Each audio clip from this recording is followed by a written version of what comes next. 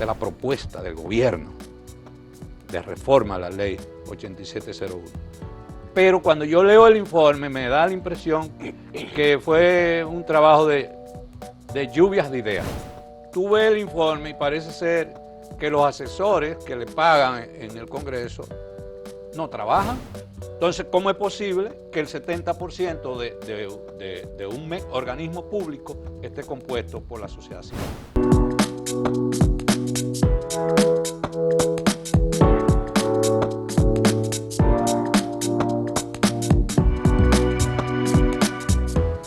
Saludos, amigas, amigos, ustedes sintonizan Acento TV y este es su programa a partir de ahora, que hoy tiene al invitado especial de los viernes, el hombre de los viernes, Bernardo Matías.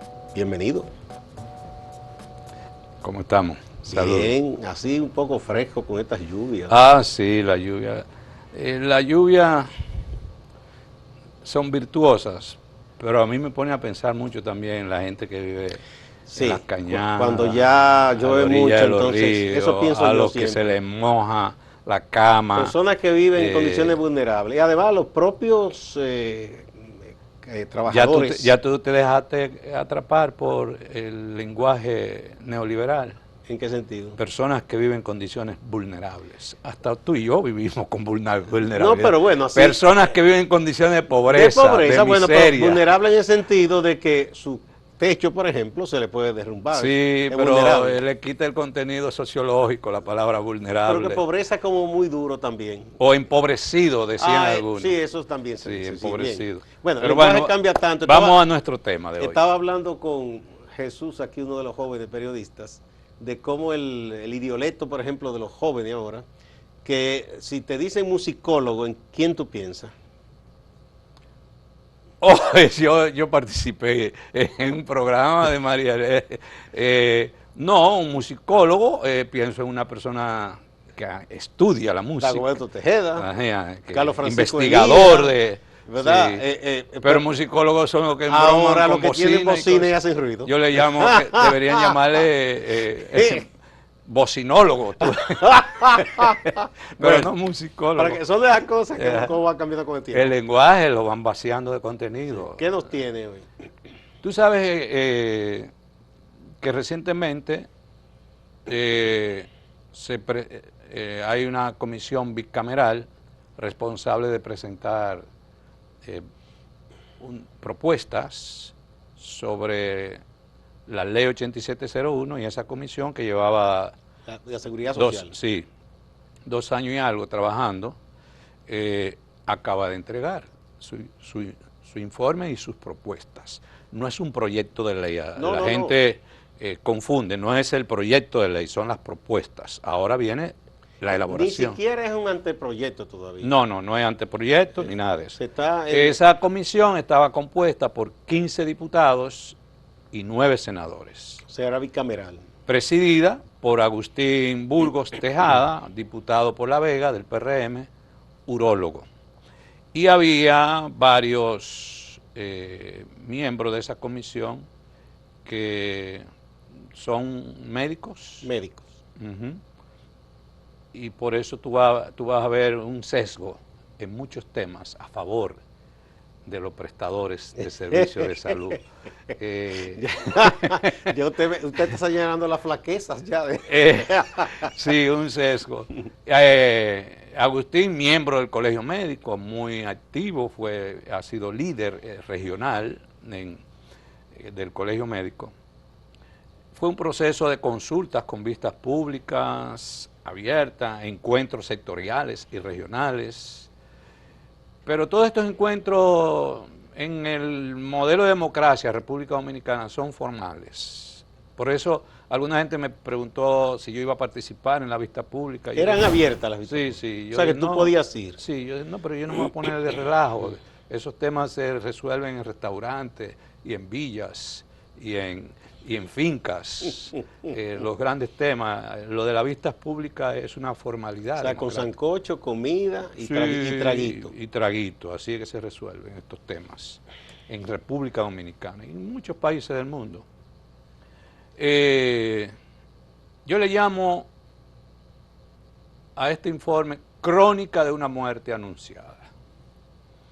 ¿Por qué razón? Tan fatales de cosas. No se trata de una reforma, lo que se está planteando, sino modificaciones, y se mantiene la naturaleza del sistema. En lo que hasta el momento se ha presentado. Estoy hablando del informe, Sí, sí. pero es que el informe es la base para trabajar el proyecto de ley. Pero tal vez alguien piense un poco más allá y de verdad redacta un proyecto de nueva ley. Tal vez. ¿Quién? Pero es que no, yo no conozco. Por ejemplo, para mí hubiese sido importante que el proceso tuviera de base, entre otros temas u otra propuesta, una propuesta del Poder Ejecutivo al Congreso. Esta es la propuesta del gobierno de reforma a la ley 8701. Pero cuando yo leo el informe me da la impresión que fue un trabajo de lluvias de ideas. Y ahí se fueron plasmando ideas. Incluso cosas que no tienen sustento de análisis técnico del más mínimo. Como por ejemplo lo de las pensiones, de bajar las pensiones a 55 años. Si yo encuentro descabellado, que algunos habían planteado hace un tiempo, de que elevar la edad para jubilarse a los 70, me lo encuentro más descabellado de que acá a los 52 una gente se retire, porque dígame a los usted. 55. Pero dígame usted, eso no... Pero es que eso no se sustenta. Pero es que eso debe tener un fundamento epidemiológico primero, porque aquí la esperanza de vida son 74 años.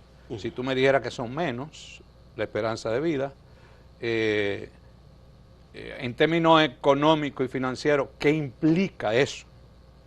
Eso implica aumentar las cotizaciones, implica una reforma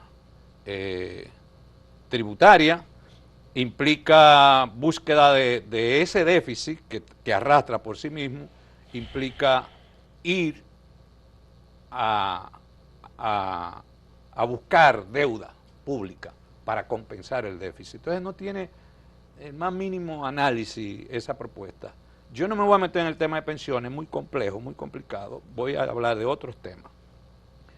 Pero tú ves el informe y parece ser que los asesores que le pagan en el Congreso no trabajan o no lo Tal vez ni lo consultaron. No lo consultan, porque el informe está lleno de errores gramaticales, errores técnicos, contradicciones, ambigüedades. Dice una cosa por un lado y después dice otra por otro lado. Por ejemplo, hay una parte que dice, se crea la Secretaría de Estado de Administración Pública. ¿Pero ya eso existe? Sí, pero además no existe en la Secretaría, parece como que fue de un documento viejo. Que hicieron un calco. Entonces no hubo nadie que obviamente eso. Entonces eso es nada más que se recogieron cosas, ahí no hay ni Parece siquiera... un documento de lluvias de ideas o que era necesario entregar rápido el informe. Y se inventaron que no había tiempo y lo entregaron. Entonces es un informe que tiene cosas muy importantes, interesantes, pero le faltó el control de la calidad, el control de la coherencia, le faltó el análisis técnico y en algunos temas análisis actuariales, análisis del impacto financiero que tienen una serie de propuestas. De todo modo, hay temas que son objeto de análisis, de reflexión, que es lo que vamos a hacer. Es posible que necesitemos 2 programas. Perfecto. ¿Por qué crónica de una muerte anunciada? Porque aquí nosotros, en este mismo programa, habíamos dicho que no esperábamos una reforma profunda. ¿Por qué razón? Porque los sistemas de salud, los sistemas de seguridad social, son una expresión del Estado, del modelo de Estado que tenemos. Entonces, el modelo de Estado de la República Dominicana es un Estado conservador en su esencia. Y los Estados conservadores no promueven transformaciones estructurales ni sistémicas. Los Estados conservadores, como lo dice su nombre, mantienen el statu quo. Y al statu quo le hacen algunos parches, le hacen algunos... E incluso en ocasiones se ve empujado a medidas populistas. Eso tiene este informe. Hay algunos aspectos que son, tú lo ves, que son populismo. Además, estamos en un año ya preelectoral. Los años preelectorales no son buenos. No son buenos para las reformas. Porque lo preelectoral prima sobre todo? Lo mejor es cuando los proyectos de reforma se trabajan en el primer año de gobierno. Que ahí todavía Los intereses... hay condiciones más factibles. Vamos a una primera pausa que nos pidieron y volvemos.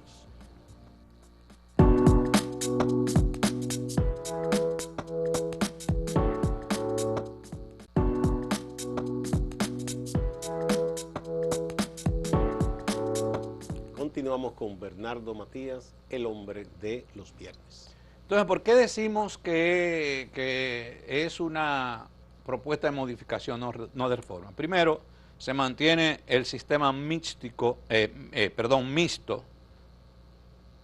público-privado, con una competencia regulada, donde la salud se pone en la lógica del mercado y la competencia.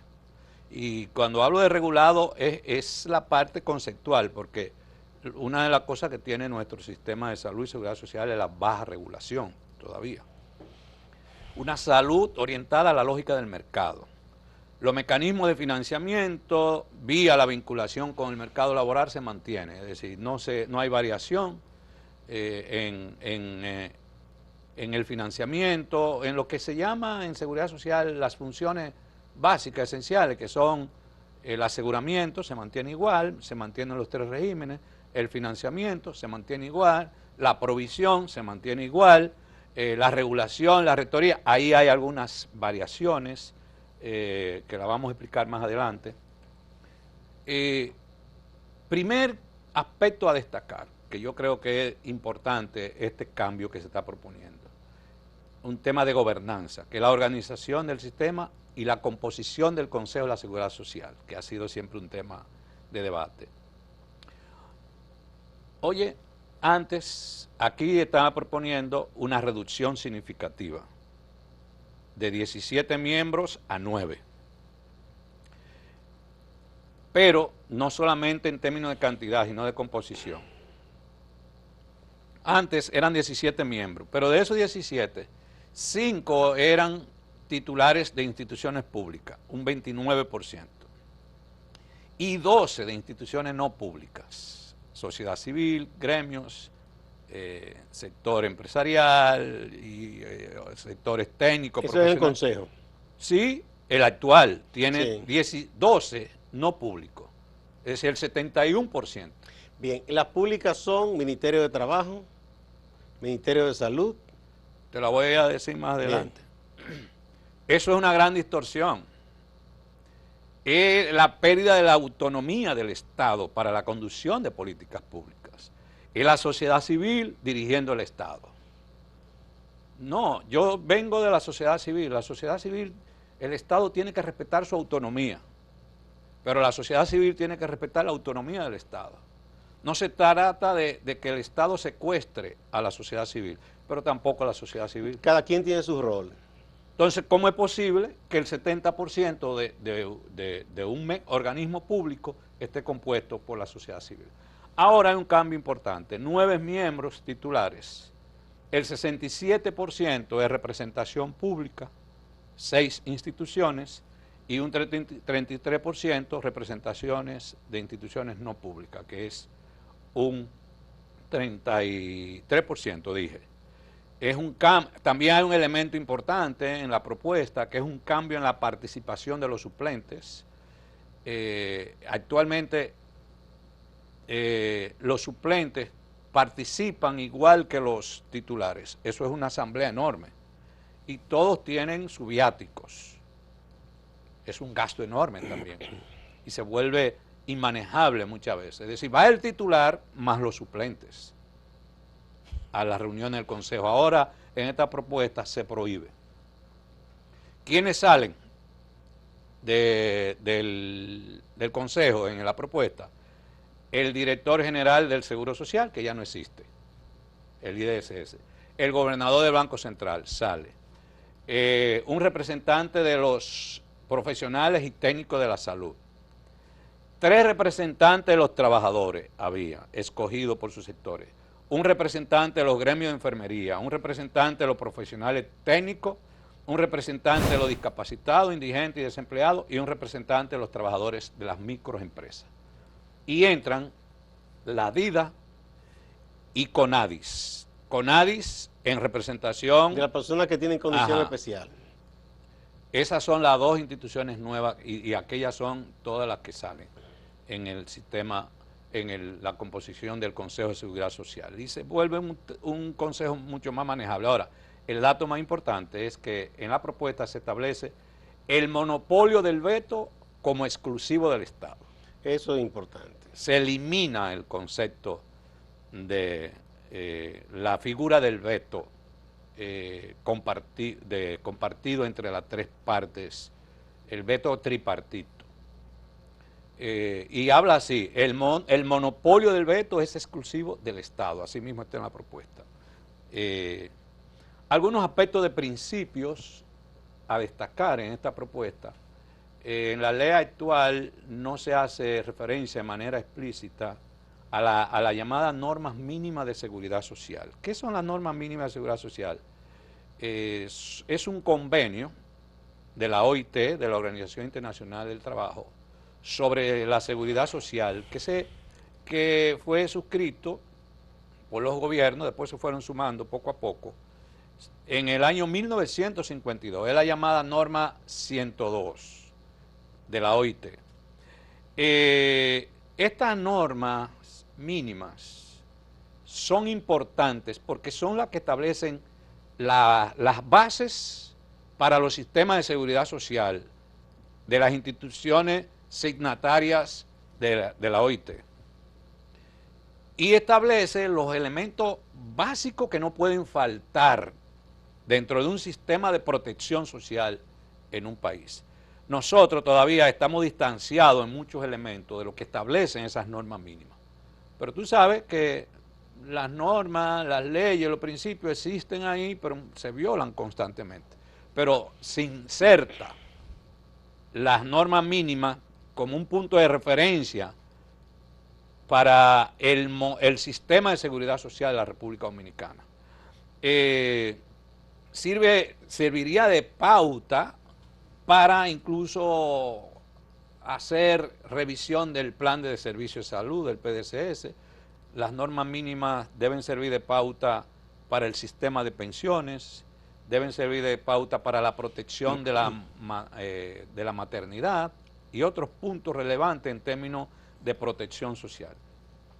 Otro elemento interesante en la propuesta es que insertan el principio de imprescriptibilidad. Ahora, yo no sé si ellos están conscientes de haber insertado el principio de la imprescriptibilidad. ¿Qué es lo que significa el principio de la imprescriptibilidad? El derecho a recibir las prestaciones contempladas en la seguridad social no se extingue. Aunque tú pierdas el empleo, mantiene el derecho a recibir protección social y mantiene el derecho a la seguridad social. ¿Eso sucede ahora? No. Bueno, si tú eres, estás como contributivo y pides un trabajo, ya 60 días te dan, a los 60 días y no conseguiste trabajo, ya te quedaste. Te queda la opción entrar al subsidiado, pero el subsidiado hay unos criterios de evaluación, de pobreza. Se ha ido flexibilizando un poco, tú ves, lo cual es bueno. Voy a leer más amplio lo del principio de imprescriptibilidad. Es el derecho de los beneficiarios a solicitar el pago de las prestaciones que le corresponden como contingencia de una contingencia cubierta. Tuve un caso, gasté de mi bolsillo una contingencia y hay que cubrirlo, hay que pagarme. La capacidad de los órganos reguladores para sancionar a los infractores de los derechos establecidos. Cuando a ti te violan un derecho, los reguladores están facultados a sancionarte. Significa que tus derechos son para toda la vida, no caducan por ningún motivo. Por tanto, no se puede prescindir de ningún derecho. Eso es lo que significa el principio de Bien. imprescriptibilidad, lo cual es nuevo, ¿verdad? Sí, no, y vamos a ver. Lo que significa que todos estamos protegidos bajo el principio de la imprescriptibilidad. Y creo que es cierto, los derechos En términos de no derechos. terminan para la persona. Eso está genial. Bien, vamos a otra pausa y volvemos.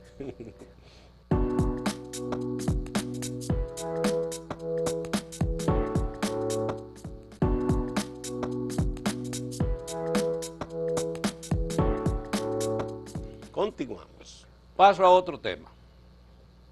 Requisito para la contratación de los médicos y los centros de salud. Es un tema muy claro. Y que genera muchos enfrentamientos. Yo creo que eso debe ser contemplado más en un reglamento que en una ley, pero lo está planteando. Y establece que solamente para contratar a un médico se pida el exequatur. Más nada. Más adelante tiene una contradicción, porque después dice que todo prestador individual y centro médico debe tener una garantía económica para ser contratado. Entonces ya le agregó otro requisito, que es la garantía económica, pero aquí dice exclusivamente el exequatur. Y los centros de salud, solamente la habilitación. Se fueron al extremo. Porque hay una ARS, que no voy a decir su nombre, que yo entré a evaluar, donde hay 12 requisitos para contratar a un médico independiente. Es una exageración. Son de las cosas que el Colegio Médico ha estado hace tiempo luchando para. Sí, pero se fueron al extremo. Que basta el S4 y se acabó. Y los centros de salud y farmacia en esa ARS tienen 10 requisitos para ser contratados. Ahora se está reduciendo a un solo requisito, ser habilitado por él. La habilitación, si se hace bien, tiene un conjunto de criterios que validan a cualquier centro de salud para dar un servicio. Y dice que está en condiciones de dar el servicio. Algunas ambigüedades. El principio de la libre elección. No queda claro si se elimina el artículo 31, que es donde dice que los empleados públicos van para SENASA. Dice en el proyecto que el afiliado a nombre de su familia tendrá derecho a elegir la ARS y a los prestadores de su preferencia. Yo interpreto que ese conflicto de los empleados públicos para SENASA, que viene arrastrándose. Y eso ha ido a los tribunales y todo. Dando vueltas y no va a pasar de ahí, porque son 2.500 millones de pesos menos que dejarían ganar las ARS y quebrarían todas. Hay estudios que se han hecho que quebrarían todas si los empleados públicos pasan a SENASA. Y eso indica que los sectores financieros se les quebrarían una parte importante de sus negocios. Tan así es. Sí.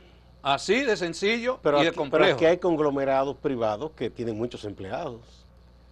Sí, pero el mayor contratador. No, el Estado tiene más porque incluso. Estamos hablando de 700.000 y agregarle los familiares. Sí, porque el Estado, por ejemplo, el núcleo familiar, tiene algunos servicios que con un escalafón, por ejemplo, digamos la educación, la salud, en la misma policía militar, que son muchos. Por ejemplo, otro tema. En la ley 8701 vigente hay un cronograma de ejecución de los diferentes regímenes de afiliación. Por este informe, la comisión plantea un cronograma de ejecución de los diferentes regímenes de afiliación, cuando ya todos los regímenes, excepto el contributivo subsidiado, están corriendo, y pone un cronograma. Y lo que hace es que copia de la ley lo mismo que dice. ¿Pero qué sería eso? ¿Como comenzar de nuevo? ¿Qué? Sí. Eso yo le llamo un gazapo, tú ves. Cosas que se van, pero eso usted dice que no lo revisaron técnicamente ni en la coherencia. Se metió ahí, un gazapo. Porque no tiene sentido. Lo que se puede poner es un cronograma de ejecución del régimen contributivo subsidiado, pero no de los diferentes regímenes. Otra ambigüedad o contradicción. Exigen que los administradores de riesgo de salud y prestadores de servicios de salud no posean un seguro obligatorio de responsabilidad civil para cubrir daños a la seguridad social y los derechos del afiliado causados accidentalmente. Lo que yo decía ahorita, anteriormente, pero dice que el único requisito sea la habilitación y el C4. Incoherencias. Eliminan la representación de algunos sectores y sin embargo, más adelante plantean el método de selección de esos mismos sectores que fueron eliminados. Se le fue esa. Ese otro gazapo sería, pero no lo analizaron. Plantean que las actas, las resoluciones e informes de todas las instancias de la seguridad social son de acceso público. Eso no puede aplicársele a SENASA y la está incluyendo, porque SENASA compite con el sector privado.